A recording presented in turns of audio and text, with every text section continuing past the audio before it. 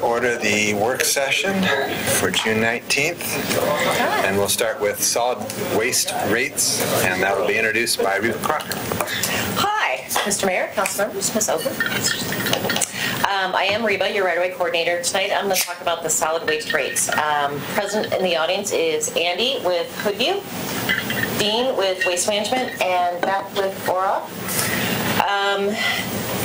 So in August of last year, we adopted an increase to the drop box rates and added a voluntary residential food scrap program.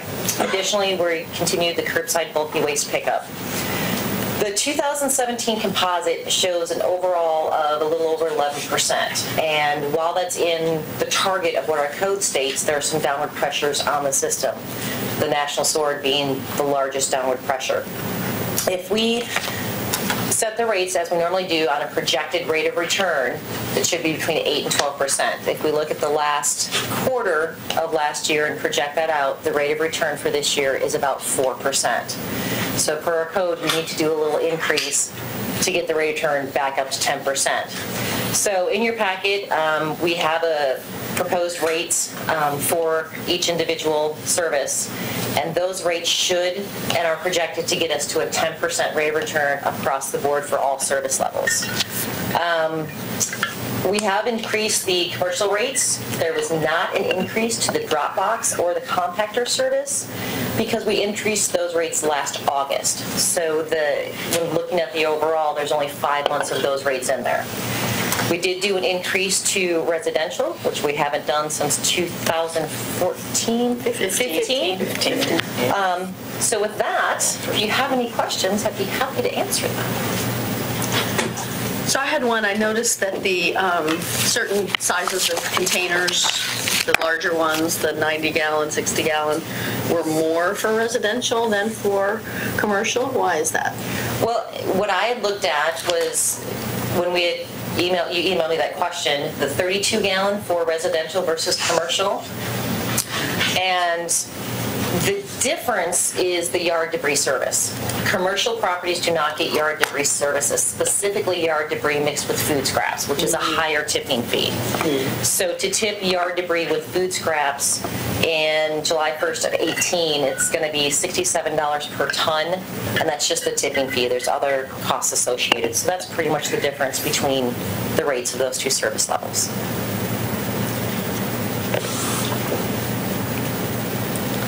I mean, I would look to our metro expert on the tipping fees and where the trend is going. And well, certainly the recycling issue is causing more costs. But when we get to the public hearing, I'm going to recuse myself from this, given that I work with in solid waste for Metro and do a lot of the regulation and have drafted some of the rules and regulations that we're dealing with. So. But I had sent some questions around what you saw. I was just curious. I know that with Metro, we wonder sometimes how often the jurisdictions are going out for bid, and we know that that's rare, and very rare, in fact.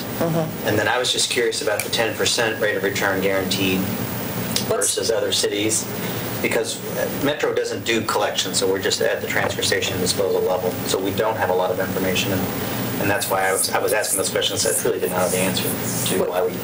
Yeah, and it's not really a guarantee rate of return of 10%. We shoot to give them a 10% rate of return, but they have the opportunity to go anywhere between 8 and 12 per our code. And generally, most jurisdictions around here have that same range.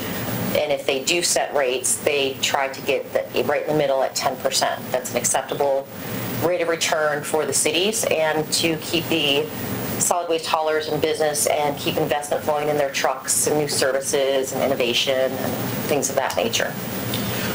Well, and then my question was, when did those 10% become the acceptable norm for the jurisdictions, and has that changed? Our economy's changed a lot in what people expect and the rate of return for what you can put in a bank and how much you can make from that. Interest rates are low. Right. So I just didn't know if you had any information regarding other cities and when they set their rates. You had mentioned that we did ours in 2015. That's when we did our franchises in the code. Yes. So has the 10% rate of return been much before that? Was 2015 when? I'm going to defer to people that have been in Milwaukee As long as I've Solid Waste. been in office, that's been the system, and as long as I've been in office, we have not done any kind of a open bid process. But the way our agreements work, it rolls every year. It rolls for a new 10-year. They're 10 years Unless rolling. there are specific reasons to not go up. You mean they're 10 years Every year. 10-year every term, year for 10 more years? Oh, that's Yeah, crazy. January 1st of each year. Yeah, it's what I read today. Yeah. Yesterday. It rolls again, so now it's another 10 years, and there are Well, I thought very it was specified 10 years things and then that you it can. was like an auto-renew kind It's of not, thing. not what it says. And I think part of the reason that we're franchised this way is because, we're in Clackamas County, and Clackamas County franchises. So it makes sense to have a hauler that's picking up here in Clackamas County, pick up here in Milwaukee, versus this hauler driving the streets, running 3 or 4 more trucks over here to keep them less trucks on the road. But I don't know the history, but And that's probably less crossover of jurisdiction Yeah, and streets and who's in county and who's in city. right. And I'm just guessing that that's why the rate of return was designed, because that way we set the rates. Because if they have, no offense to the haulers, if they have a rate area that they control and they can set their own rate, then there's not really a lot of competition to keep rates at a reasonable level. Not that our haulers would do that, but setting rates as the city with the franchise territories keeps it a little bit more transparent. Well, you could, because these franchises can be monopolistic, and then you can create the area and no one can compete with them. My question was, why 10%? Why not 9? Why not 8? Why not 7? And that, I don't know that 10 is necessarily the magic number. It may be the appropriate number. I don't know. We haven't, when no cities are going out for competitive bids in years and years and years, really we don't know what the market is. I think it looks to me like a lot of them just rubber stamp every year. This way we've been doing it for 30 years, we're going to do it again. We're going to do it again, we're going to do it again. I do believe I know of one city that has went out for a bid in the past 10 years, and I can get you that information. I just don't have it here with me, but I can talk with you about that tomorrow afternoon after the solid waste meeting. Oh, you mean tomorrow while I'm at Metro? Yes. No, that's not a good idea. I We'll do that after. I can email Ann. That's when I get that information. So I think sort of the bigger question here, or the concern, is that what's causing the rates to go, causing their costs to go up, and therefore the rates to go up based on the system we currently have, is the lack of a market for the recycle. Ms. Duncan, would you mind coming up to the table? I have actually a question for you that I'm thinking you're going to be the right person to answer it, but maybe not. Yes, I'm Beth Vargas Duncan. I'm with Oregon Refuse and Recycling Association. Do you happen to know if specifically Seattle and Las Vegas are still able to market their recycling to China and or any place else in the country? Okay, so I don't know specifically if anyone is attempting to send their, specific other cities, send their recycling material to China. I can speak for the metro area businesses that a number of them have given up, because if you're over the 0.5 contamination and it's sent, it can be sent back. And I've heard numbers in the range of $20,000. So to have a portion sent back. So I do know that a number in our area have stopped entirely. I also know that this has become an international event. It's not just the West Coast cities. It's not just the United States. I think that we're feeling it more in Oregon and Washington and California. I think Oregon was one of the first to start this at a multi-level of government, saying we need to collaborate. We have a real crisis on our hands. And San Francisco, Seattle took a little bit longer to collaborate and come forward and say, we don't have a place for all this, we're going to have to landfill some while we find other markets. So I do know it's a strain on the system throughout. Okay. Does that answer your question? Sort of. I mean, where I was getting was, I know that Seattle and Vegas are using a really advanced system for separation. That's A sorter, a fancy sorter. They're theoretically the cutting edge sorter, and so I wondered if they were able to. They were having success on their side. Yeah, if they were able to get their percentage of contamination down. So it just so happens that I did, not too long ago, well, in April, tour in the Bay Area some of the MRFs. And I know they have, at least from my experience and visually seeing, dirtier MRFs than some of ours. No, this wasn't Bay Area. So, this was Vegas and Seattle. so there probably are, although I can't speak to it myself. I've heard of other technology that is more modern, perhaps, or advanced. We have not yet gotten there. I know there have been many discussions about that, and folks are looking at this. This is their business. They're wanting, everyone is very supportive of recycling and moving forward on that. But it takes time and a lot of investment, a lot of funds. I think that Waste Management has some operations in Vegas, and maybe Dean can speak to their operations in Vegas a little bit. It was, I don't know if it's you guys' plant or not, that MRF, or whatever it's called, in Vegas, that I had read about. The China SOAR that kicked in back in 2017 was a ban on 14 materials or commodities, and of those 14, 3 are mixed paper, mixed plastics, and rigid plastics. All 3 of those are in our commingle mix. So, and then on top of that is this material quality spec of 0.5, and there really isn't any mechanical mechanisms to meet that spec, whether it's air classification, optic sorting, and we're even getting into robotics to sort this material. But unfortunately, it's requiring slowing down the processing throughput and putting more manual labor into it. So by China, and it's the government, it's not the businesses, it's not the recycling businesses within China, it's the government. And the government's trying to clean up their environment or improve their environmental quality within their country, because what was practice that was happening is not something that we would accept in the United States. And so for a social equity or standpoint, it's what we were doing really wasn't right. So even though it's disruptive and painful for us, it's probably from a big picture is the right thing, what China's doing. Okay, so then obviously the next step is for the U.S. to figure out how to start using our recycled materials ourselves instead of outsourcing that. Partially why it's impacting us on the West Coast so much is we don't have as much infrastructure, paper processing facilities here. In the last 5-10 years, 3 of them have closed. Right, yeah. The one in Newburgh, the one in Oregon City, and then the one down in Albany there.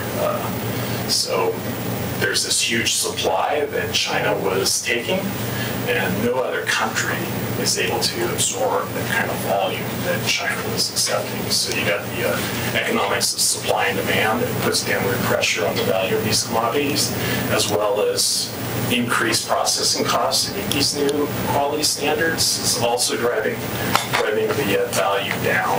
And then on top of that, China, those containers, we get a lot of products from China, so we had all these empty containers with cheap transportation going back. So now we're also paying more for transportation. So you put all 3 of those together, it's put significant down pressure on the value of these commodities, and we don't really see that turning around. It might be the new norm, really. Dean, do you know how long the 10% rate of return has been in place? That really is kind of been an industry standard for some time. Keep in mind that 10% is before taxes, so you got to put taxes on top of that, and that return includes the risk, risk and return, and also capital. What's the risk if the rates are set at a rate to make sure you have 10%? What's the risk? It's an opportunity. There's no guarantee that we make that. Like the current rates that we've been working at have a material value of, say, $24 a ton positive. We've been paying over $100 a ton to market this material for the last 6-9 months. Recycling. But then you would correct that the next year with new rates, right? No, we don't recover that. I mean, going forward, that's what we're doing here tonight, partly is raising the rates. Right, but they don't recover the loss for the 6 months or whatever. Yes. Yeah. And then if the costs go down, then you benefit, though. I mean, there's a risk on both sides, right? Yes, absolutely. It's not fair just to say that the risk is that you may lose money. Well, You may gain. Is that? we may, but there's also the opportunity for an extraordinary rate review. If the city feels we're over-earning, you can call us in and do a rate review and readjust. And we can do the same, but typically we don't, because an annual every 12 months is a pretty frequent rate review process. It works quite well. When you said that it's been in place for some time, can you ballpark it? I don't know what some time means to you. Probably 10, 20 years. Yeah, And are you aware of anyone in the metro area that's gone out for a franchise bid in the past? I don't know. Or you're in the industry, so do you have any idea? Didn't say them? Portland metro area. the city of Sandy did. Portland metro area. Yeah, there you go. Okay, Sandy is close. It's outside Metro, but close. West Lynn did. So there have been some. It's expensive to put it out to bid. It's costs money to do that, and there's also the risk the city might pay more than what they're paying today. I think Waste Management as well as Hoodview do an excellent job of providing efficient, cost-effective service. And the other benefits of the franchise system is we work together. Like if you want to change the program, we get together, we collaborate, and we add. Like you wanted to add food waste. It was a very, very simple thing. If you go into a contract, a 10-year contract, and you want to change something in it, it's a little more difficult. So. I should put that in the contract. It's reviewed every year. I mean, I'm not trying to badger you here, but I think in this industry that there is an opportunity at some point for some cities to look at even collaboratively going out to bid and trying to figure out. And I'm not saying that you don't provide excellent service and that you don't deserve 10%. It's just that if it's not looked at and no city's doing it, then How do you know? Then how do you know? Fair question. I would say, the 2015 rate discussion was the most substantive one we've had since I've been on council, and I was a newbie counselor then, as was Councilor Parks. And I think it would be useful to have that kind of a discussion again, have a work session maybe this fall, or study session or something dedicated to the rates and also what the latest is at that point about the recycling and stuff, and these questions of franchising and bidding. I'd like us to have it. The whole scope of it. Yeah. And I apologize, I know it feels like I've been here forever, but I was not here in 2015. So if there's specifics that which you would like me to bring back to council, just let Ann know and she'll let me know, and I'll bring those back to you at a later date. I will tell you, in 2015, really, Rick Winterhalter ran the show, and the city staffer, which was maybe Casey, was there, but not really. I mean, it was really the county show, and I think, that's another part of the discussion. To what extent should we be in lockstep with the county, or should we go our own way? So. Reva's asking that question too. And I don't think it's from a negative perspective. I think the relationship with the county has been very strong, but I do think that that's part of why you brought Reva on board. So we're also looking at that for a possible, I think you said December or January, to start that discussion internally. October, I think is when Haley and I were going to start discussing that, so probably bring to you in November and to council, yes, in December. Sounds like a reasonable timeline. Cool. Anything else? We already managed to get 10 minutes over. All right, so I will Thank you bring very these to, for adoption tonight in council. Yep. Thank you so much. I'll see you in a couple hours. All right, next up we have a review of the comprehensive plan, Block 1, Goals and Policies with David Levitan. Yeah.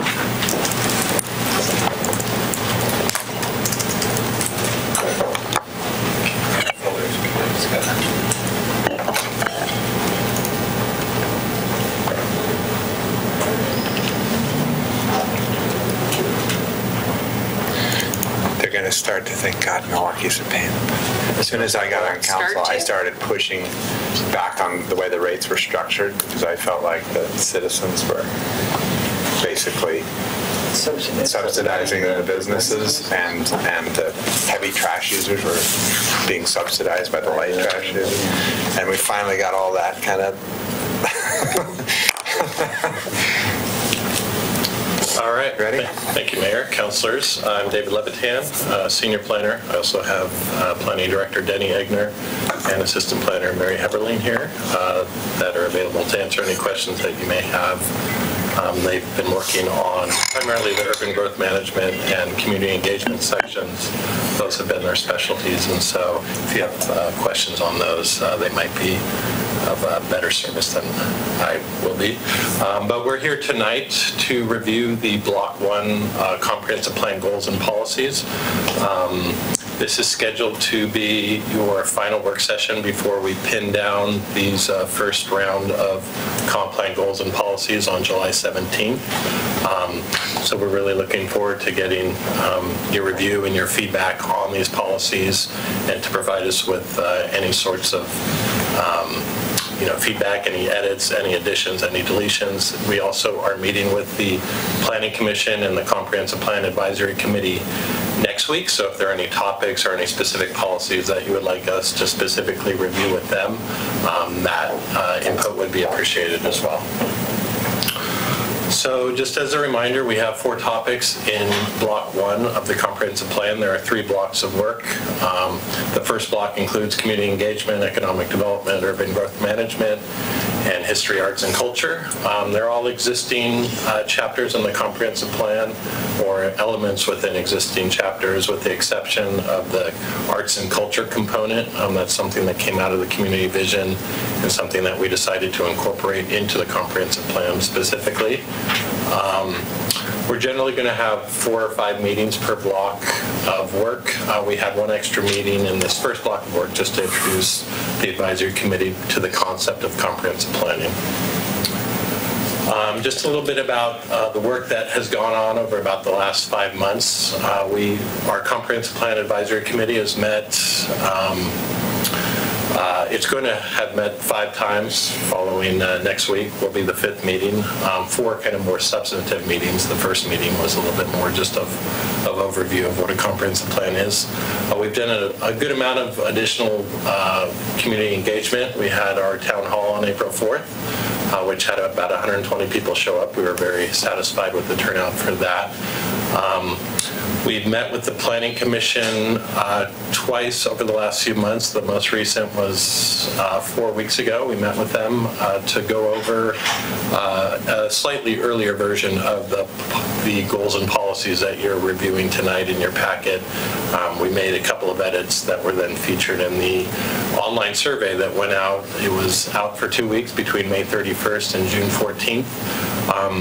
We only just, given that it only closed last Thursday, we've gotten kind of some preliminary results from that. Enviro Issues, our consultant, is kind of working feverishly, preparing a more kind of robust assessment of the survey results, and that should be available relatively soon.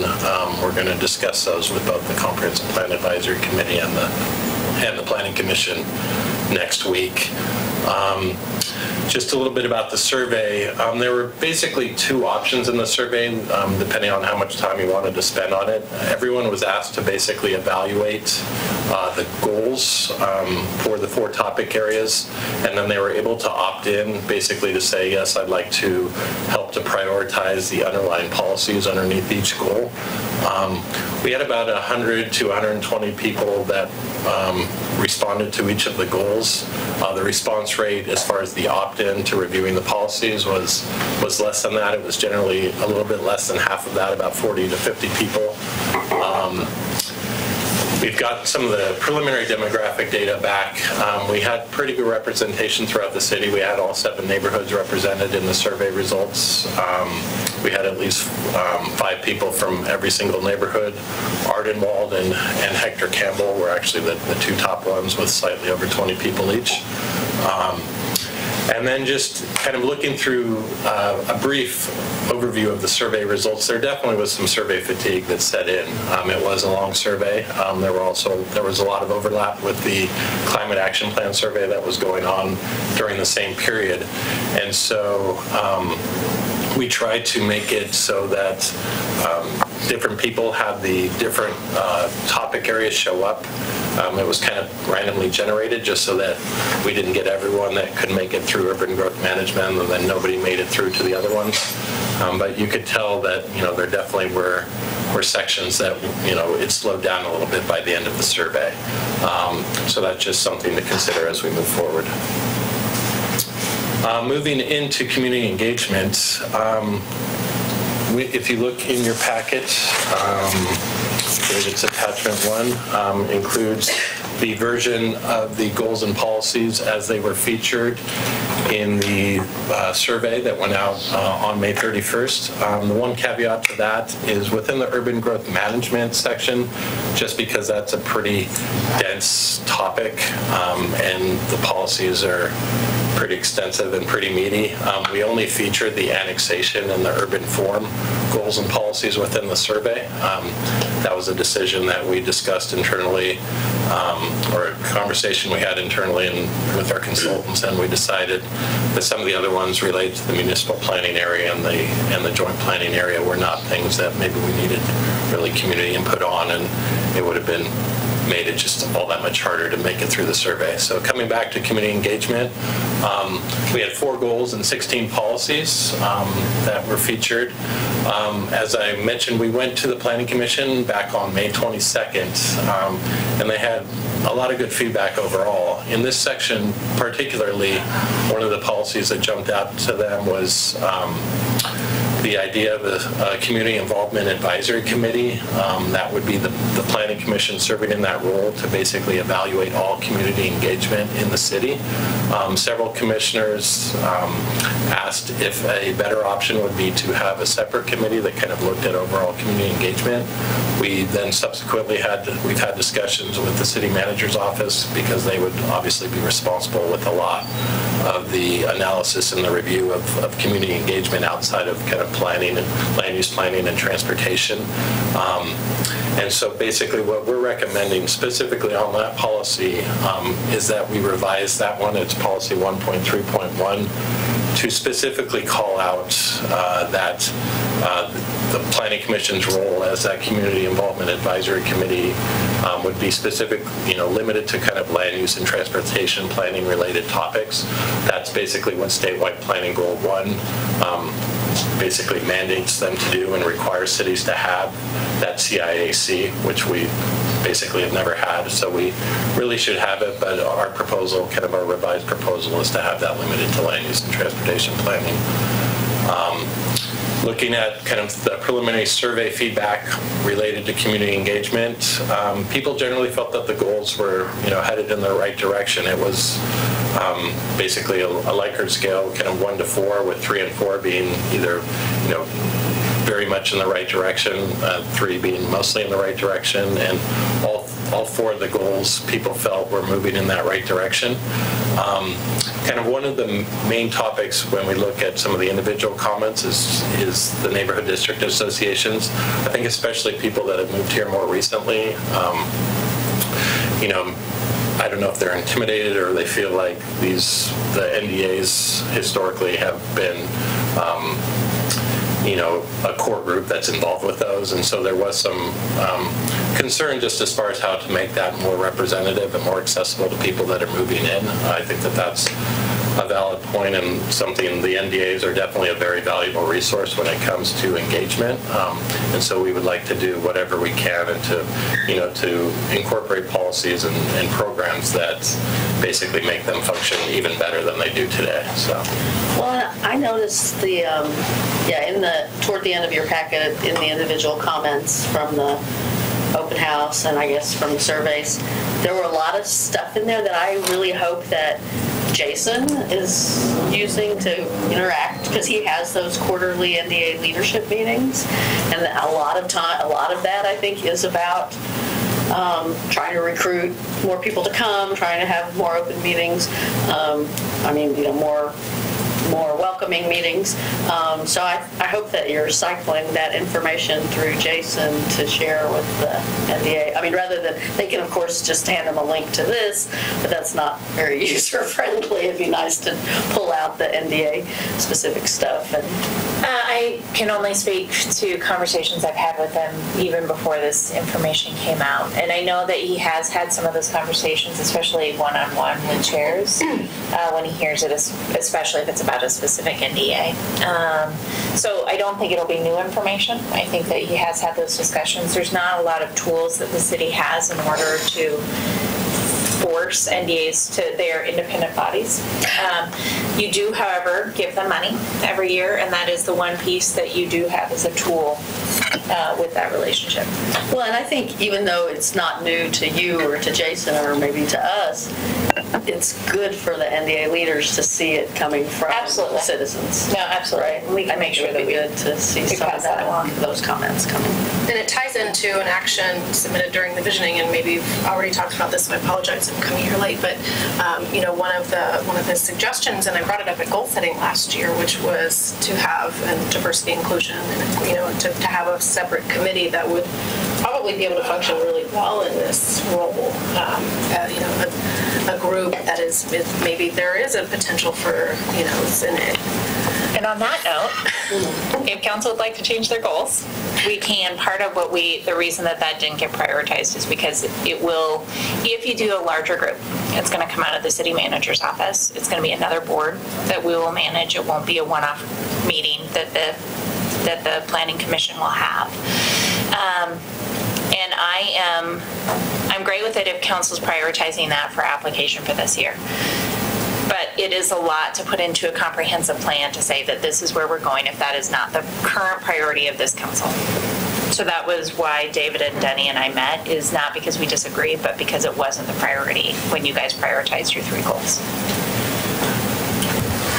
Can I throw my idea out here, since you guys didn't bring it up, but it was the council. The council could actually serve in that role to some extent during the time where you meet with different committees and your annual review. So if part of that agenda of the review process was to evaluate the outreach efforts that occurred through that committee, we might be getting at that overall objective. That was fairly clear in the vision as something that was important.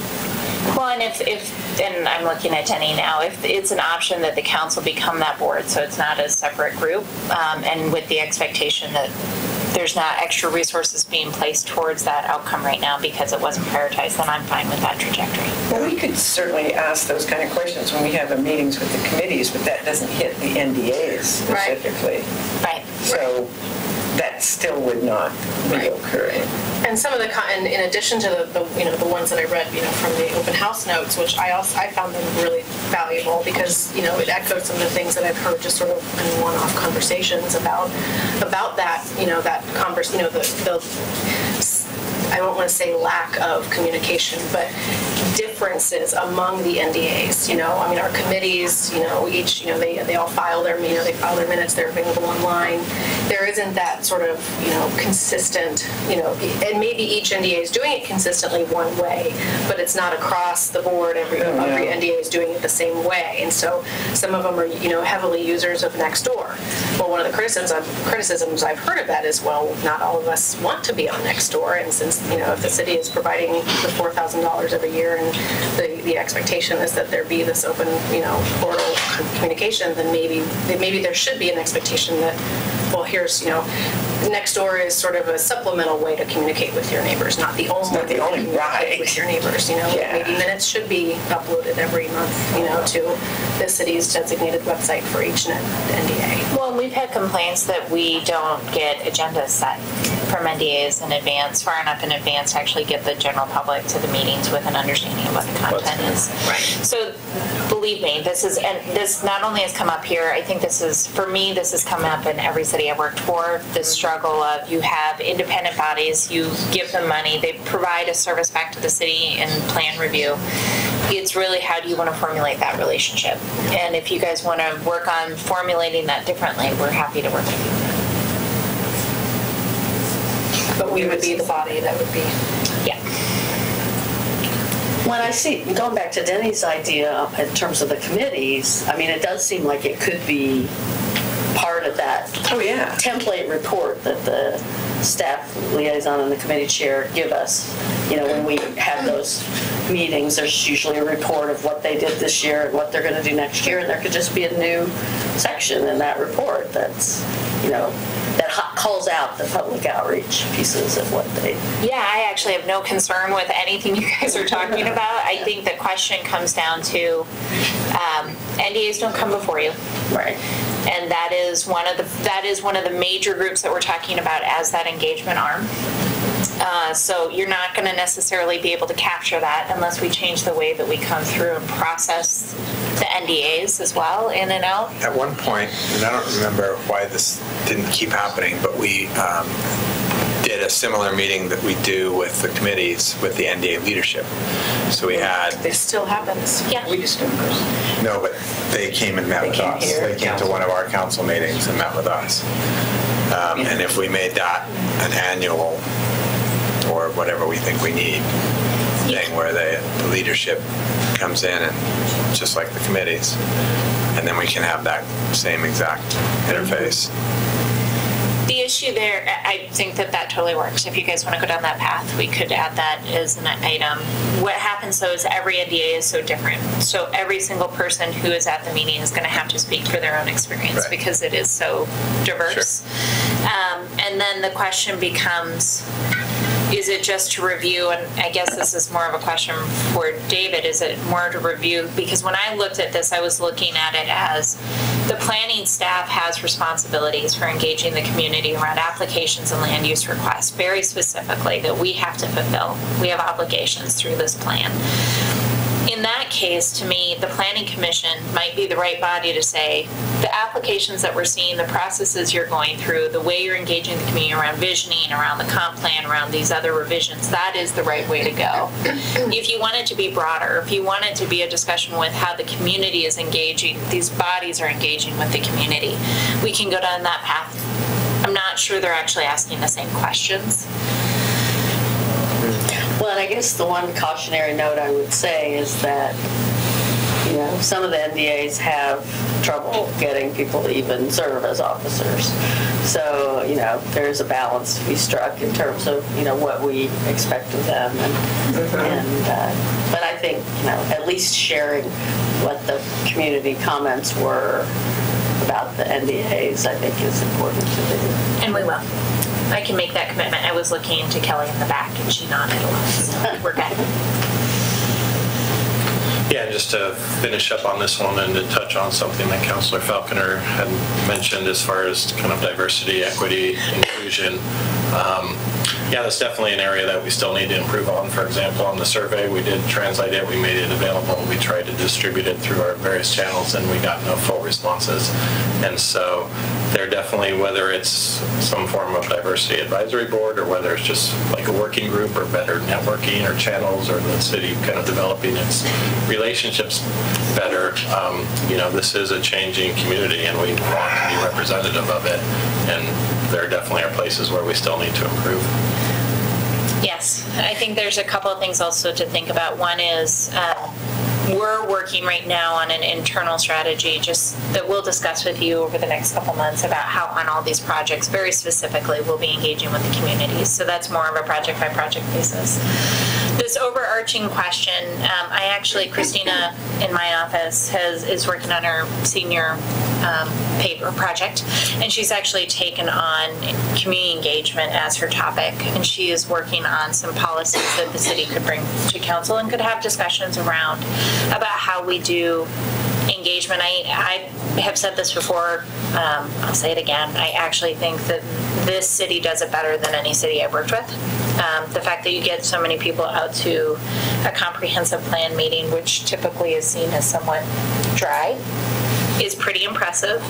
I think the climate action plan meeting was better than even I had hoped for with the number of attendees. The vision meetings were very well attended. When you look at the percentage of the community that's showing up for these things, it's impressive in comparison to some other cities where I couldn't get 30 people to show up in Salt Lake City, and that's a town of a lot more people. So it's just, I think that we're going to keep working on it. I don't want this to come across that we aren't. I think it is a priority of the city to figure out how to engage. And I think that the diversity part of it is going to be a key part of why Christina's chosen this project. But creating new boards, taking on that kind of work product right now is the part that I can't make a commitment to unless you guys want to prioritize. I will say that the Hillside project will probably give us an opportunity there too. Yes. Oh, for sure. Well, because the very first meeting will be with a community that we don't get much engagement from. Absolutely. Hillside itself is a community that exists, and for many reasons we're not hearing from them all the time. Well, and the great news is when you make change, people care and people show up. And we have gone from planning a lot of things to doing a lot of things, and we're suddenly seeing far more people engaging in discussions than we maybe did when it was just about a plan. Mm-hmm. We're actually building things, and that is going to bring people out who want to engage and talk about who they want to be. And I think that's great. So moving on to economic development, I'll try to speed it up a little bit, but this is an example of one. So there are 3 goals and 21 policies. This is a really good example, I think, where the CPAC, the advisory committee, really provided some good feedback. We originally had 5 goals and a lot more policies, and we had our last meeting back in May. People just kind of threw up their arms and were basically saying, what are you thinking? It's overload. And so this was something where the advisory committee was really helpful in helping us to streamline this section and get it really down to the things that belong in a comprehensive plan that are important. As far as the comments from the Planning Commission on May 22nd, they just had some minor comments on them, things like clarifying what's meant by the sharing economy, making sure that if we're going to be encouraging more home-based businesses, that we evaluate the impacts on infrastructure and on residential neighborhoods. The emphasis on home-based businesses is directly tied to our lack of employment land, just that we're very much a built-out community. We're not Hillsborough, we're not Happy Valley, we can't keep expanding when we need more space for jobs. That's just the reality of it, and so we need to look at ways to better utilize the space that we have. And so we need to just consider all of the impacts related to that. As far as the preliminary survey feedback, all 3 goals people felt were generally going in the right direction. There were definitely some comments that rose to the top. We used the word like nimble, and people basically said, what the heck does that mean? And so those are the type of feedback that really bubbled up and that we're looking at doing. And then people were generally confused by kind of the economic land supply goal. They kind of thought thought that there was a better way, or they really wanted us to say exactly what we meant by that. Are you talking about redevelopment opportunities? Are you specific, do we have enough land? Just to be very much more specific, and it reminds us as planners that, we speak all this jargon all the time, but that's not really who this plan is meant for. We would like to have a comprehensive plan that's easily digestible by the general public that doesn't live and breathe this stuff. So, So I take that all these statements have been run by Alma. They have been, yes. Okay. Just want to make sure. She has reviewed it. Yep. I'll go ahead and move on to urban growth management, and Denny is available to answer any questions as well. So this is definitely, just given the topic area and kind of what you're required to do to comply with all the different regionals and state requirements it's a dense topic. It's a difficult one to get your hands around, and there are certain things that we really need to address. So in the current draft, we have 6 goals and 20 policies. Some of the really good input that we received from the Planning Commission on May 22nd, specifically as it relates to annexation, is it's difficult. We don't have a whole lot of carrots, to encourage people to come in under our current urban growth management agreement with Clackamas County. And so really, it's going to focus on the assets and the benefits that the Milwaukee community present. If you're down, not in Oak Grove, but in other areas that are within our UGMA, it's really showing them the sense of community, all the different things that the city offers. And they recommended that we actually go out and reach out to some of the CPOs and some of the other unincorporated areas to really showcase the benefits of being in Milwaukee. One of the other things related to annexation was just that there needs to be, that it would help to have some sort of economic incentive for annexation. For example, the onion farm down there on Lake Road, part of the reason that they didn't, come in beforehand was it didn't really make sense under the current zoning, under the current county zoning, under the city zoning, there wasn't really any benefit to come into the city. Part of that was that the county had some standards that are a little bit more flexible than ours, maybe a little bit too flexible. Just that, when we're thinking about this, if we really want to encourage people to come to annex into the city, especially areas with redevelopment potential, that's something that we should really look at. As I mentioned before, we only included 2 goals within the survey, the ones related to annexation and urban form. The annexation was the only one that didn't rank at least 9% as far as going in the right direction. It was a pretty, when you're at, 110 people responding, that's only, 15 to 18 people that are saying that, but there was, a minority expressed, and especially within the comments, as far as people liking the current size of Milwaukee, not wanting to extend all the way out to 205. I think a lot of people misunderstood, thinking that we were wanting to annex all the way down into Oak Grove when that's not even within our urban growth management area. And so there definitely, there was a vocal minority that responded to this one and really liked kind of the size and the geographical constraints of Milwaukee. But, at the open house and at other areas, we heard just as much feedback that people,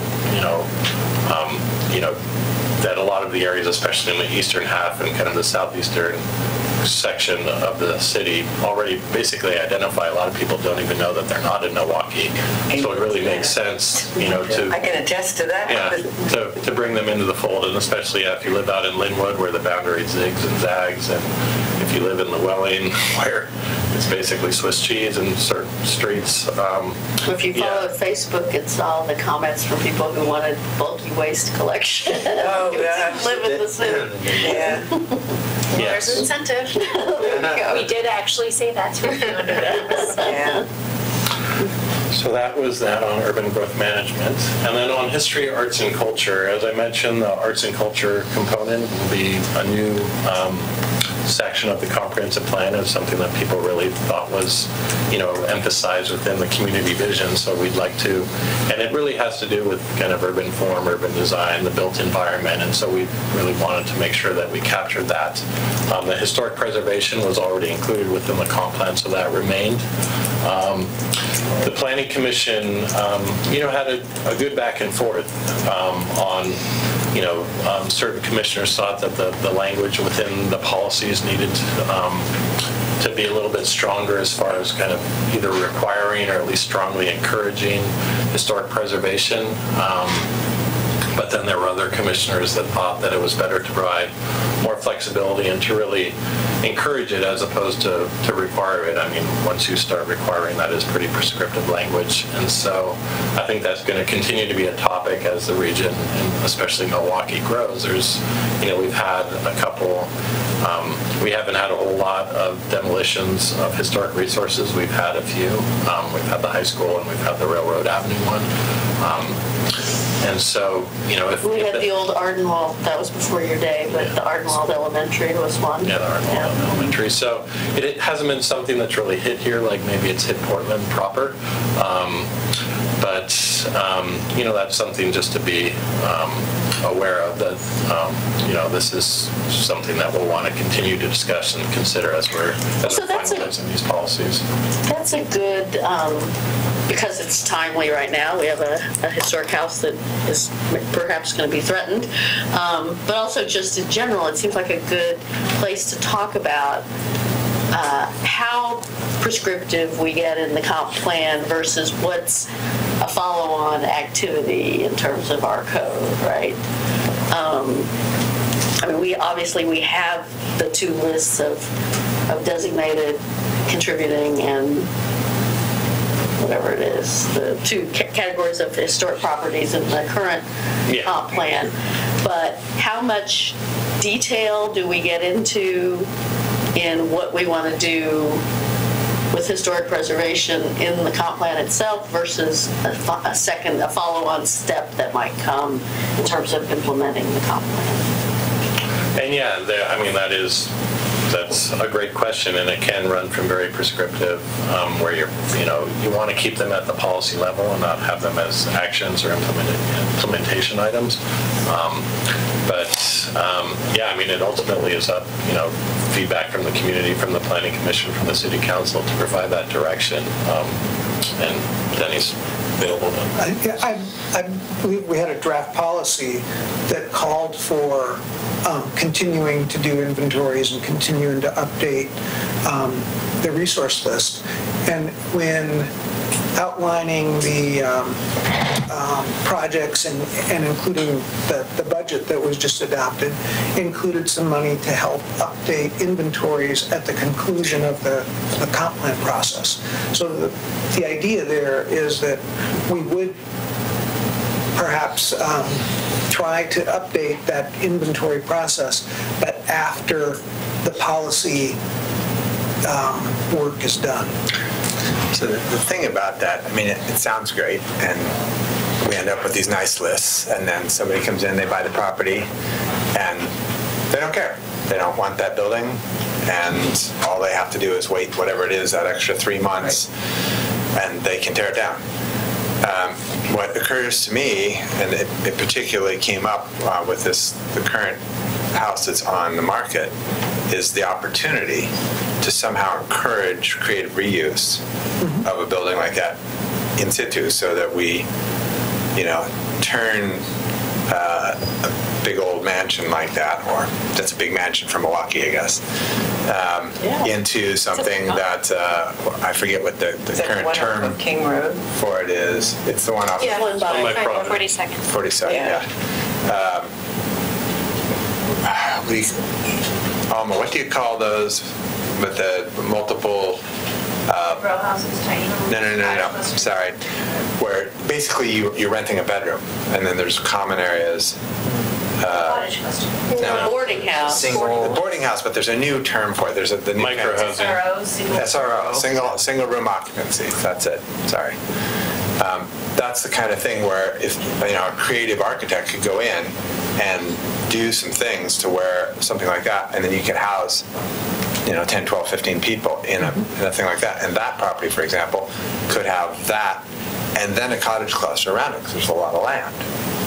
So we could not only preserve the building, but get to affordable housing in a creative way. And I think if we can come up with ways to encourage that, because right now that we got no teeth in our, if people actually care about the historic building, there's nothing in our code that protects historic buildings, basically. Well, and that's that was kind of the genesis of my question, is how much do we, there's the inventory, but our inventory to date has been a voluntary inventory. And so there's, what's on the inventory. And I love the idea of continuing, but as far as I understand, nothing's been added to the inventory since 1989, so it's not really continuing, it's starting again. There's the inventory, but then there's the code and what the teeth are, what the protections are for the properties that are there. It might be about developing a more proactive program about getting people to recognize the important properties and to then, honor those folks and people taking care of the properties. And having just more recognition might bring more responsibility.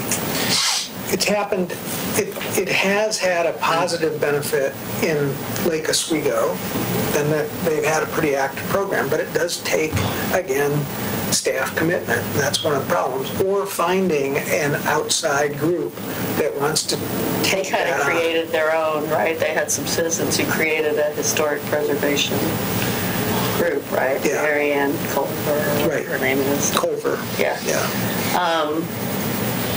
There are tools like there's a preservation easement that somebody can put on that does protect the house, but that by choice. By choice. Right. But we don't make that known to people. We could do more in public education on that. Well, and I think the only way to get to your concept, of an SRO with a property like that is by an incentive. I don't think that, in a market like this, there is no incentive for that property, right. New property owner to turn it into that, unfortunately. So, although it sounds like a great idea for housing, it destroys the character of once you take the old home and you break it up into 12 rooms. I disagree. I've lived in them, and it's the only way that you're going to preserve that in certain situations. What are you preserving? Basically, you're preserving the beautiful. If there were 10 buildings, if there were 10 bedrooms or 8 bedrooms in some of these big old buildings, right? Those are the rooms. Oh, well, I didn't the think dining this one room had that much. Stays the same. I don't know. It probably does. I'm told it has 100 windows. 100. Oh, so maybe this one has many bedrooms. Okay, that's different than. And then you can take rooms. I've lived in Victoria. The Victorians that have 7 apartments, and that the only reason it survived was because the code allowed you to actually build 7 apartments. If the code didn't allow for that, that would have been leveled and it would have been right. And in worst case, you lose maybe the charm of the beautiful wood finishings all the way around. Like maybe they divide a room into, but one corner still has the gorgeous wood, and then a good architect does something well with the dividing walls. And it's possible to do. I've seen it done. I've been in lots of them. They do it in New York all the time. And it's pretty cool. Didn't I send around the Portland? Restore Oregon has a thing they did with Portland on some models for dividing up houses into historic homes into multiple units. Just some sort of template ideas. I thought I sent that around, but I didn't. Anyway, sorry we derailed your no worries. presentation. Yeah, no, and just to kind of open this one up, people generally thought that the goals were moving in the right direction. There was interesting creative spaces. A lot of the comments really liked that idea, but just feasibility concerns as far as would the market support it, where would it go, what kind of impact would it have on some of these industrial areas, maybe that if they're going into warehouses or and then just within the advisory committee, I know that Mayor Gamba had brought up that he could probably say better than I, that's not really the model for cities like Milwaukee, that it's, you don't really go to the reuse of kind of old industrial space anymore to create kind of these artist-type districts. That's just generally not the way that, artist space are created. Well, it's all about the market, right? Yeah. And that ship sailed in Milwaukee 10 years ago.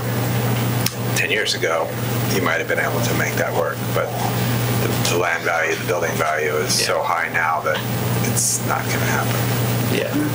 So. And then, people generally, they like the idea of incorporating art into development and just wanted to make sure that it was local and representative of kind of all time periods of Milwaukee's history, as far as kind of melding the arts and the history and the culture and making sure that we represent, all of Milwaukee's history.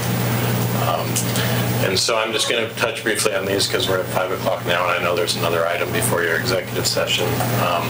But just as far as the next steps, we're currently reviewing all the full survey results. As I mentioned, we're meeting with both the Planning Commission and the Advisory Committee next week. So June 26th, Planning Commission, June 27th. And then June 27th for the Advisory Committee. And we're scheduled to come back before the City Council on July 17th to essentially pin down these Block 1 policies by resolution, with the plan then following all 3 blocks of work. And kind of the synthesis stage is then we would adopt all of the goals and policies by ordinance at the end of the project. And then we're busy transitioning to Block 2, which will feature 5 topics, including housing, which we think will be a very popular one. And then we're continuing to work on the neighborhood hubs outreach. We went out to the community, to the NDAs back in May. Had a lot of good feedback, a lot of great ideas as far as potential locations, the range of hubs, whether they're commercial areas or just basically kind of gathering spaces, recreational areas. And so we're working with Scott Edwards Architects. They're coming up with some concepts that we'll then be bringing back. And we're going to try to do a whole lot of outreach to present this kind of design studio and let people weigh in on what they think about all the different options for their neighborhoods.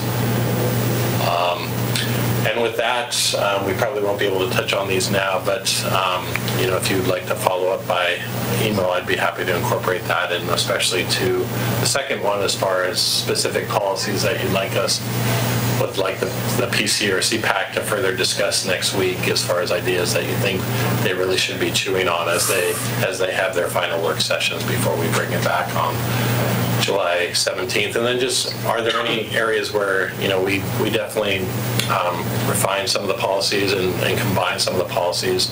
Are you comfortable just in general with the number of policies, the number of goals? And with that, I'll open it up for any questions that you may have or any comments. I have one sort of overarching comment. We talk about goals and policies will not be adopted by ordinance until after the 4th block of work, the synthesis stage, which will be used to review and organize the goals and policies and evaluate them based on the city's quadruple bottom line framework, people, place, planet, and prosperity. That was a great framework, I thought, to sort of do the visioning, to get the visioning process going, and it might be an okay framework as far as organizing. But as far as evaluating, I don't think it should be those 4 things. Those are just random words, sort of. I think it should be our vision, is how we should be evaluating, not. But I also think we should be doing that now as we're looking at the policies at this stage as well, not just that. But it did give us a framework to kind of consider, are we working towards implementing the vision? We should be asking that ourselves all the time, I think. Right, yeah. So,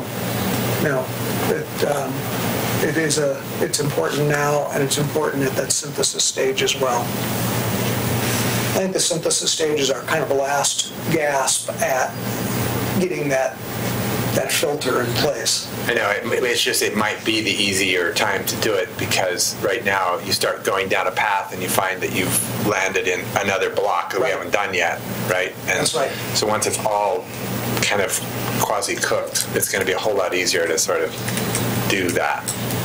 And really, we're not, I mean, a really important aspect of all of that is transportation, and we're not cracking the TSP entirely open at this point. We're taking comments about TSP that will feed a TSP update at the end.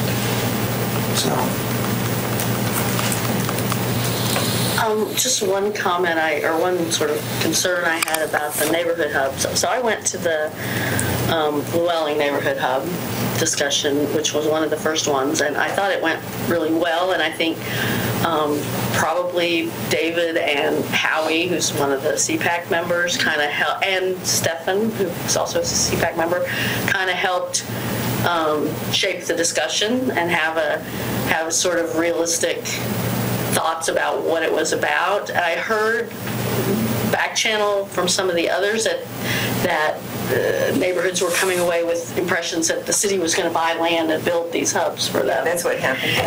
And so I think we just need to be very careful on our messaging and our discussion about what that is, and that really, frankly, in my mind, these neighborhood hubs, they're a 20-year kind of time frame, and a lot of them depend on increased density to make them viable, depending on what they're asking for in there. But that's sort of the process, right? That's the back and forth conversation with the neighborhoods. Is if you're looking to, if you like this concept of a hub, right, what that translates into is that at a particular intersection or in a particular place, we're going to have some bigger buildings, some density, some more people to create that energy so that there can be the commercial space viable. Okay. And we do have an economic consultant as part of the project team for the neighborhood hubs work that will be looking at that once we kind of come up with some of the concepts. There is going to be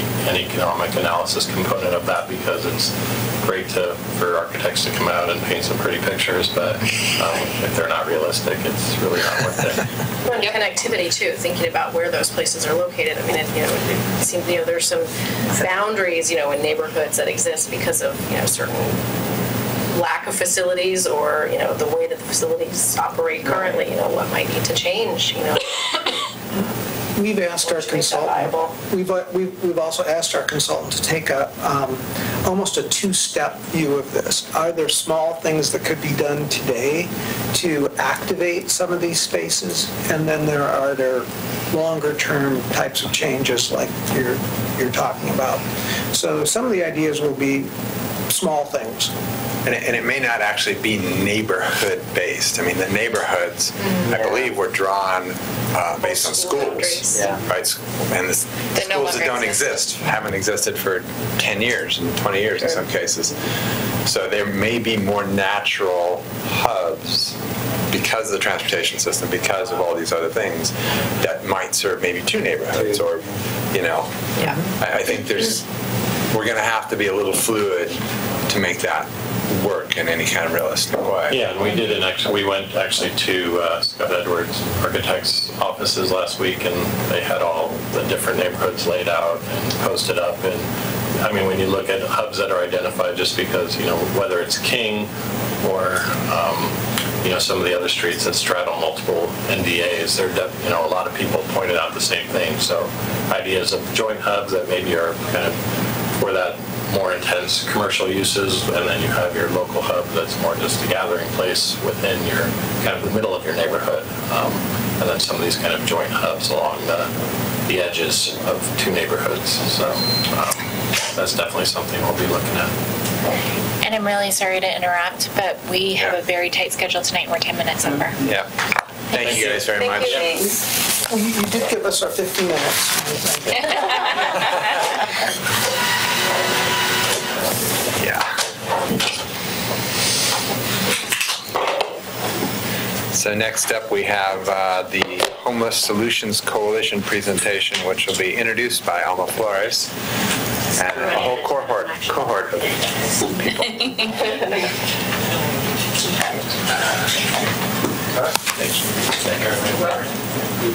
Anywhere else? Good. How are we sitting here?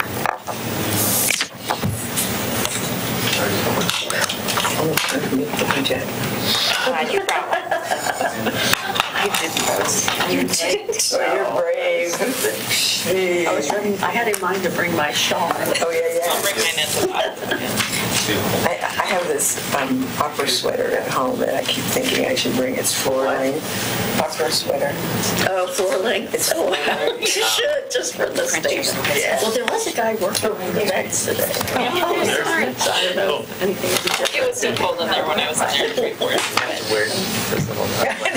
Are you just gonna, She's just gonna leaving. throw them to the wolves? Yeah. Well, hello.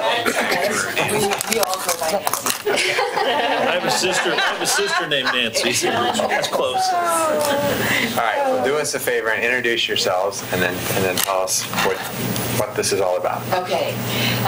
My name is Nancy Ide. I am a city commissioner in Oregon City, and I'm also a co-founder of the Homeless Solutions Coalition of Clackamas County, along with Dan Fowler. Yep. He is a business owner in Oregon City, and much more. And this is Mayor. Yes, former mayor, former all kinds of things, and on many boards that do a lot of things in Oregon City. So, and this is Jennifer Burnham. She is the Master Change Facilitator for Providence Health and Services, and she has brought us through our visioning process to help us to know, where we're going and so forth. So, anyway, we'd just like to give you this brief presentation to kind of give you a history of how we got started, and what we're all about, and then invite you to join us, or at least offer a resolution of support and recognition for what we're doing in the county.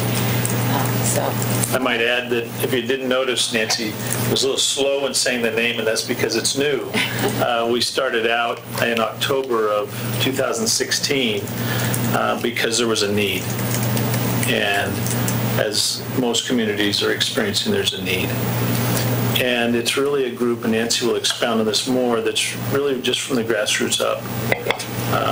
I'm not in an elected position now. I'm just a businessman in town. And saw a need, and then we started talking, and Nancy and I shared the same aspirations of trying to really help and do something. And it was interesting in the beginning, we just wanted to create a safe place of listening where people could come together. Everybody's got their own lens that they look through, but we wanted to create a safe place where anybody could speak and be heard. And we had neighbors that said, run them out of town. We're tired of being in our backyard. And we had other people saying we really have a social need that we have to meet. So we had the gamut, and we came together to try to fulfill a need. We started out as Oregon City Homeless Solutions Coalition, and we found out there's no boundary to homelessness. And so after, now a year and a half, we've actually formally went through a name change, and we're now the Homeless Solutions Coalition of Clackamas County. And we're here to talk to you today. So, and I'd just like to point out, we have 3 of our steering committee members back here with us. Mary Zellhari and Jean Zahari. And we live in Milwaukee. That's right. And Robin Schmidt is the director of the Father's Heart Street Ministry in Oregon City. So they just had to come and show support. So there's many more just like them. We'll go through the slide. Yeah.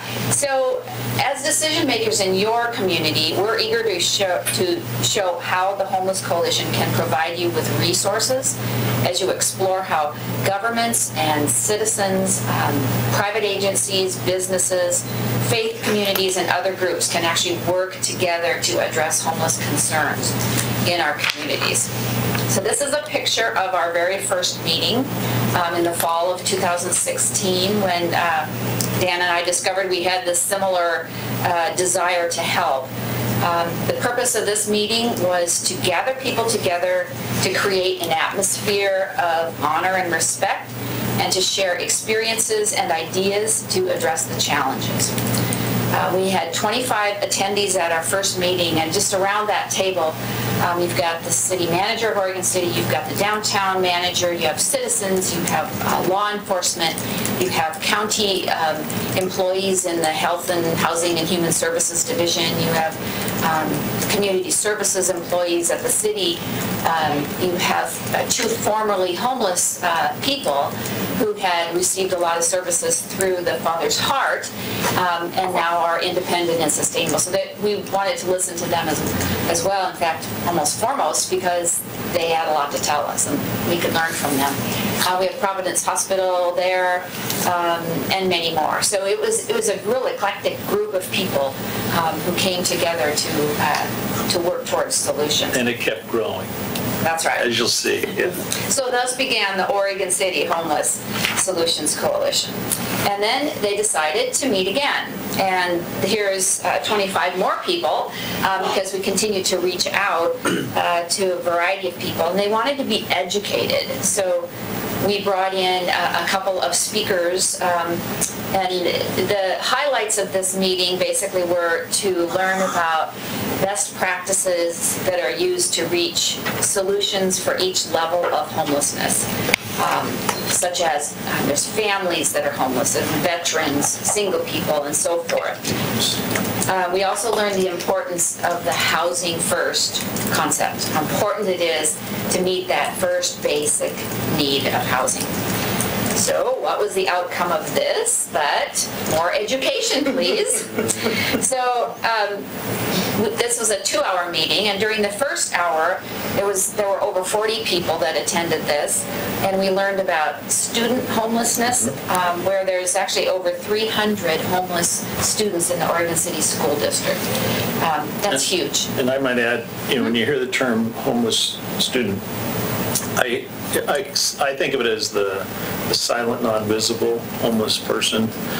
They're not the person that's going to be under the bridge, although they may be.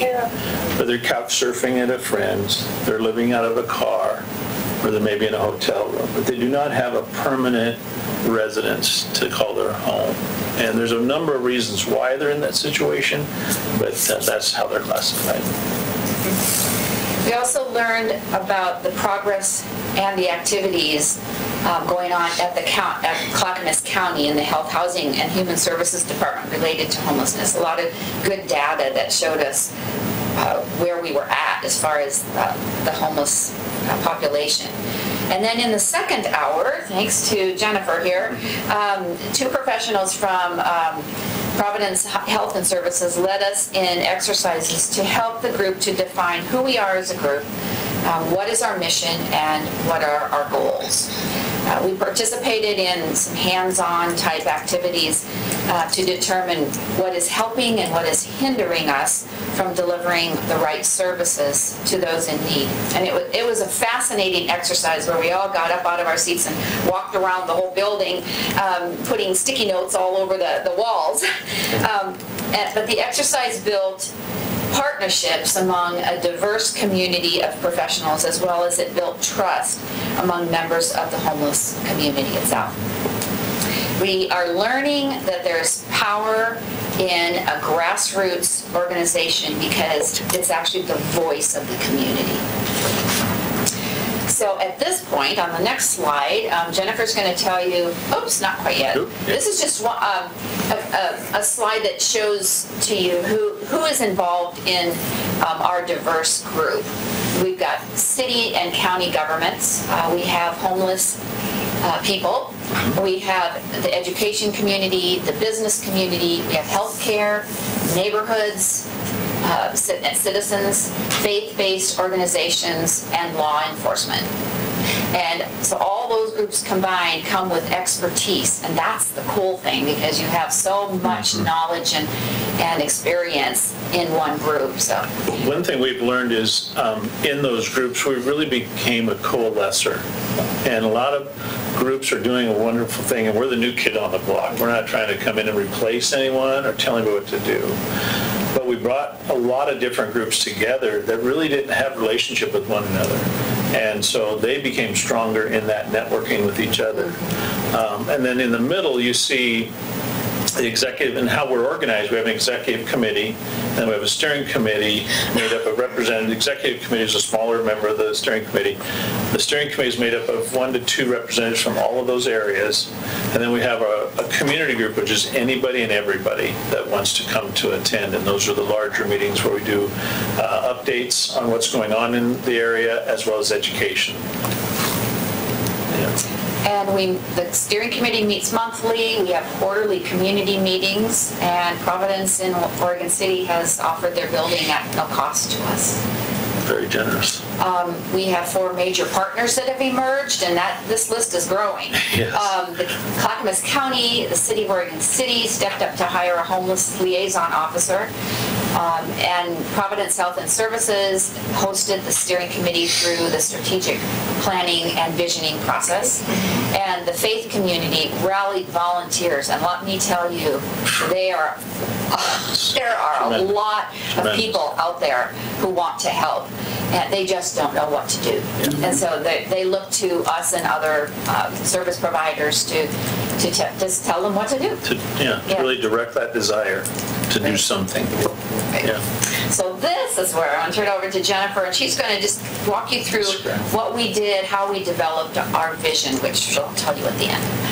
Thanks. So one of the barriers that we have to hurdle with a grassroots volunteer-based organization is to make sure that we have alignment, because people are there because they want to be, not because they're paid to be there. So to do that, we started with the community group, and we looked for synergies. We looked for where there was passion within this group of public-private partnerships to move forward. We took that data that we got from them and brought it to the steering committee to then sort of digest and think about, well, what does that mean then for at that time, the Coalition of Oregon City. So in service to that, we had a picture on the wall of the Oregon City Bridge. We had an analogy of if we're on one side of the river and we want to move over to the new side, to the new state, what would it look like? And so we had these different participants. We had policemen, we had clergymen, we had community members drawing their picture of what a successful coalition could look like. And we started to understand better the nuances of what success looked like. So those are some of the examples. And really what we found synergy around was, do you want to share it, Dan? Sure, yeah. Go ahead. Well, one of the concepts that really came out was this idea, we've called it a service mall. We might give it a different name at some point. It's just a concept. But the concept really is taking the best of what everyone is doing and make it easy for the person who's homeless to get services. That's really it. So it may become a coalition of various county departments that relate to meeting the needs of the homeless. It could house the different nonprofit agencies that always seem to struggle with, where can I just have an office? Where can I just put myself down so I can serve these people better? And mental health. It could involve mental health as well as dental health, physical health, as well as some basic things such as showers and restrooms and a food pantry and clothing pantry. But a service center where if you are homeless, that you can enter in and be assessed as to what your real needs are. Is it stabilization on your medication? Is it getting a driver's license? Is it just getting a shower and clean clothes? Or is it getting truly a broad variety of all of those things? With the goal of moving out of that situation.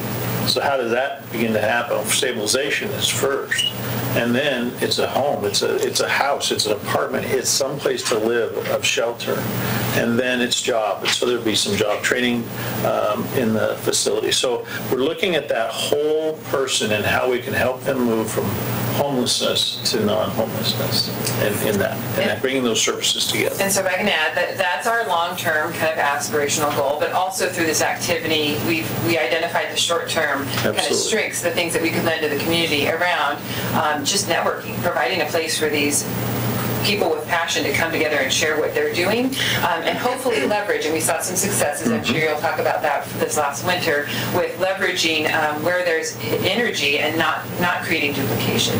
The other thing that we identified was being a hub of communication as well. With it, we've got some online resources and communities that we're building to support that work. Yes. I'll give you one other, and while we have this larger vision that we're moving to and really talking about, we talk to the county, we're always assessing, is that right? Is it good? Is it the thing we should do? There's basic needs right now. I mean, and one of the needs was just where to go to the bathroom. And so we established with the police department this Arta Potty. And it's not glamorous, guys, but it's real. It's taking an outhouse, a porta potty, and doing a wonderful shrink wrap artwork on it, and it's set in strategic places in the community, and it's used. And because of that, that's really helped. And now we've got, I think, 4 or 6 more coming up from Salem. Now we're talking about where can we do a needle exchange, and we're talking to the free clinic, if that works out in Oregon City, to do that. And it's really interesting, the majority of people who use the needle exchange are not homeless, which is an interesting statistic. And then working with how to help coordinate any of the food pantries, because you have great people doing a lot of things, but they just were doing it on the same days. And so bringing those groups together. Student homelessness, connecting Ecumenical Ministries, which has a fabulous program on assessment of people who want to help in that area, qualify homes with students who need that. And then the students get to pick where they would go. So there's just a number of real needs that you meet along the way while you're striving to have a facility of some sort that really is a holistic help. But what we're not wanting to do is to replace some of the current service providers that are there. We don't want to compete with any, for instance, Clackamas Service Center, or that's not our vision. No. Our vision actually is compassionate and respectful solutions to homelessness through community partnerships. So we're not in competition with those that are already out there. We're just here to support them and to bring together, for one service provider to figure out what their needs are, and finding another service provider to meet that need. So that's kind of what we're trying to do. And that's an old slide. The new name is now Homeless Coalition of California County. And then, these are some of our values. It is what we're working toward: compassion, respect, community, and partnerships. And then, there's our new name, Homeless Solutions Coalition of Clackamas County, because our reach went beyond Oregon City. We realized it very quickly. Yeah. So other business of the coalition, we have a charter, and I don't know if it's in your packet or not, but we sent that off to you to look at if you're interested. It's a guiding document for our operations, something very necessary. A business and strategic plan is in draft form. We've enlisted an administrator for 5 hours a week, paid for by the county, which we greatly appreciate, to assist with all of what we do. We want to make an immediate and visible impact through work groups, creating networking, awareness, and educational opportunities through quarterly community meetings. And just recently, we applied for a Meyer Memorial Trust grant for an executive director. And we should find out toward the end of the year if that's going to happen for us, to take us to the new level. We're all volunteers. Yeah, we don't have a checking account. No, we have no money. Well, that's what I was going to ask, like with the porta potties, the Arta potties. Donated. You get donations. Yeah. Well, or you connect. And the city, we had the first one donated by the company, and then the city, through their police and community enhancement, paid for the other one, and then pays for the maintenance. Yeah. And our police liaison office, I don't know if you've read any of the articles in the paper, fabulous in terms of connecting and relating and addressing issues. So Dan just kind of went over the future work groups that we're working on, or will be, but our past and current work group is the warming shelter. As you know, when it's cold outside, our folks need a place to stay, and our group brought together an enormous number of people to provide warming shelters. It was extremely successful. We went from providing the numbers 16 to 90. And served several thousand people overnight safe sleeps. So it was just a fabulously amazing experience. So, and now we're looking back on, how can we improve that for next year? And the warming shelter work group, they didn't want to stop. They wanted to keep going, so they're just doing even more to make that happen. And of course, the needle exchange work group has the same energy. We've gone over all that. So. Basically, that's our presentation. We just want to make sure that you know that we exist in this community. We are here to support you in your efforts, and Milwaukee has come to our attention as being a city that is wanting to help the homeless and just offer your affordable housing through your construction excise tax ordinance and just doing some good things. To see that happen. So we appreciate what you're doing, and we're here to help. Yep. A couple of questions. First of all, do you see this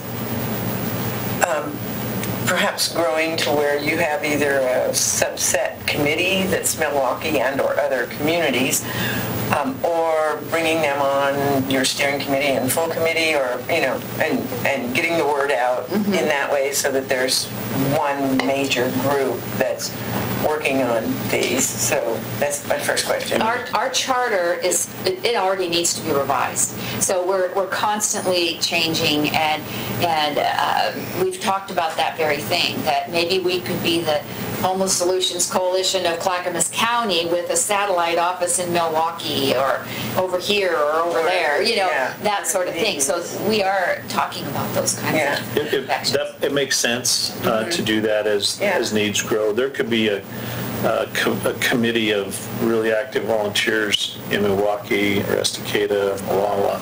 And I think if there was a steering committee that was coordinated that countywide, it really helps from a resource standpoint, and bringing people together for educational things. But then the real, what do you know the needs are, is best at the community level. Yeah.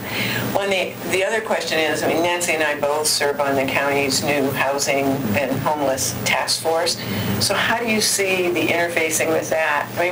One of the things that's not necessarily concerned me, although I guess I feel some concern, I feel a bit like confusion or frustration or whatever, is that right now there are so many entities that are tackling the houselessness and the housing affordability issues, that I want to make sure that there's not all these splinter ideas going off, that we can bring that together. So I'm glad you're on that committee. I hope that you'll share a lot of what y'all are doing. I have felt the same feelings that you are. There are a lot of people that, because the situation escalated in the last few years, that there are a lot of people that have risen up to start doing things about it.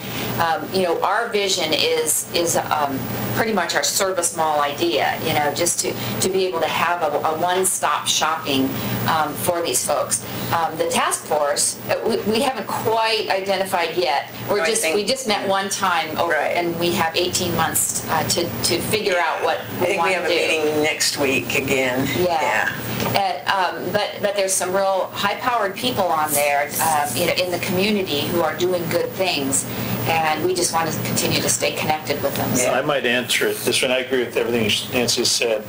I don't see our group getting into the housing side other than support. Okay. I think we can be a strong advocate for affordable housing. And I went to the National Affordable Housing Conference in New Orleans this year. It was just, I have a real passion for affordable housing. But we're kind of bringing that to the level of the services to move the person from homelessness into a home, or whatever that might be. So we're in that service side for the individual, knowing that affordable housing is a piece of maybe their answer long term. But that's how I would tend to separate that. So being an advocate and being supportive of affordable housing, but as you said, there's a lot of people in that world, and we'll let them do that. We want to be over here and helping the service of the person to be able to move to that home. Get a job, get training, get a job, become independent. So they coexist very well, but we don't want to be the same. Gotcha. Sounds good. Yeah. Any other questions? So all of your the needles and everything have been donated, or have you done fundraising where so you didn't have a checking account? We haven't done any fundraising. Okay, so everything you have received has been purely In kind, our meeting space. We haven't really had, copy machine, that sort of thing. Gas. We just kind of, we just do it.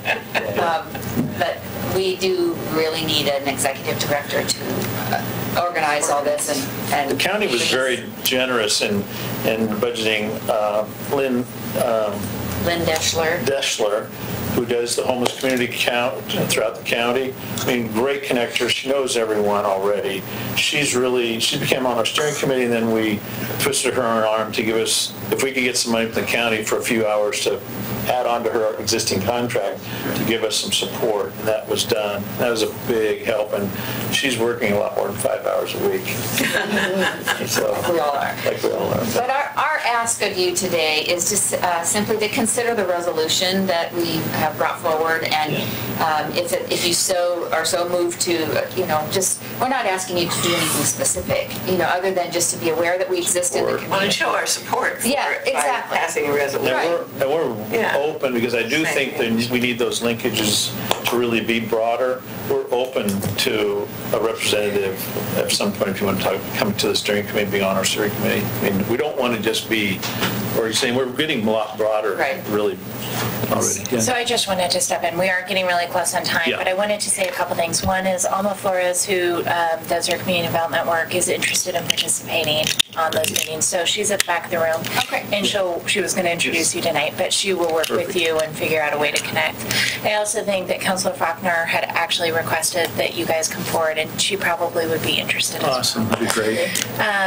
And then the final piece is, just so everybody knows, I've been meeting with Mary and Jean and others over the last couple of months with our interfaith group. I know a lot of them are already connected in with your group. Yeah, so I think that I love that we have Mary. I think she's like this woman, she and Jean are these two-person shows that have really been driving a lot of these conversations for us. Yeah. And so I also appreciate that they've been keeping me posted. Mary sends me an email about once a week with updates on what's kind of going on. So I just wanted to put that out there, that you're doing great work and staff's interested. Whatever council wants to do beyond that. And we didn't get a copy of the charter in our packet, so it would be nice to have that. Yeah, I'd like to knowing see. that we're going to tweak, we're going to change that. Yeah. And then do we have your contact info, or can we get it? We are definitely connected. Yes. Okay, perfect. Good. And I'll just be in touch with both you and Alma and see how you want to participate. Thank you for the time. Good. Thank you. I'll see you next week. Definitely. All right. Thanks for your time. Thank you. All right. So, next up we have, upon adjournment of the work session, council will meet in executive session pursuant to Oregon Revised Statute ORS 192.660-2A to consider the employment of a public officer, employee, staff member, or individual agent. And this was added to the agenda on June 15th. So, with that, we are adjourned.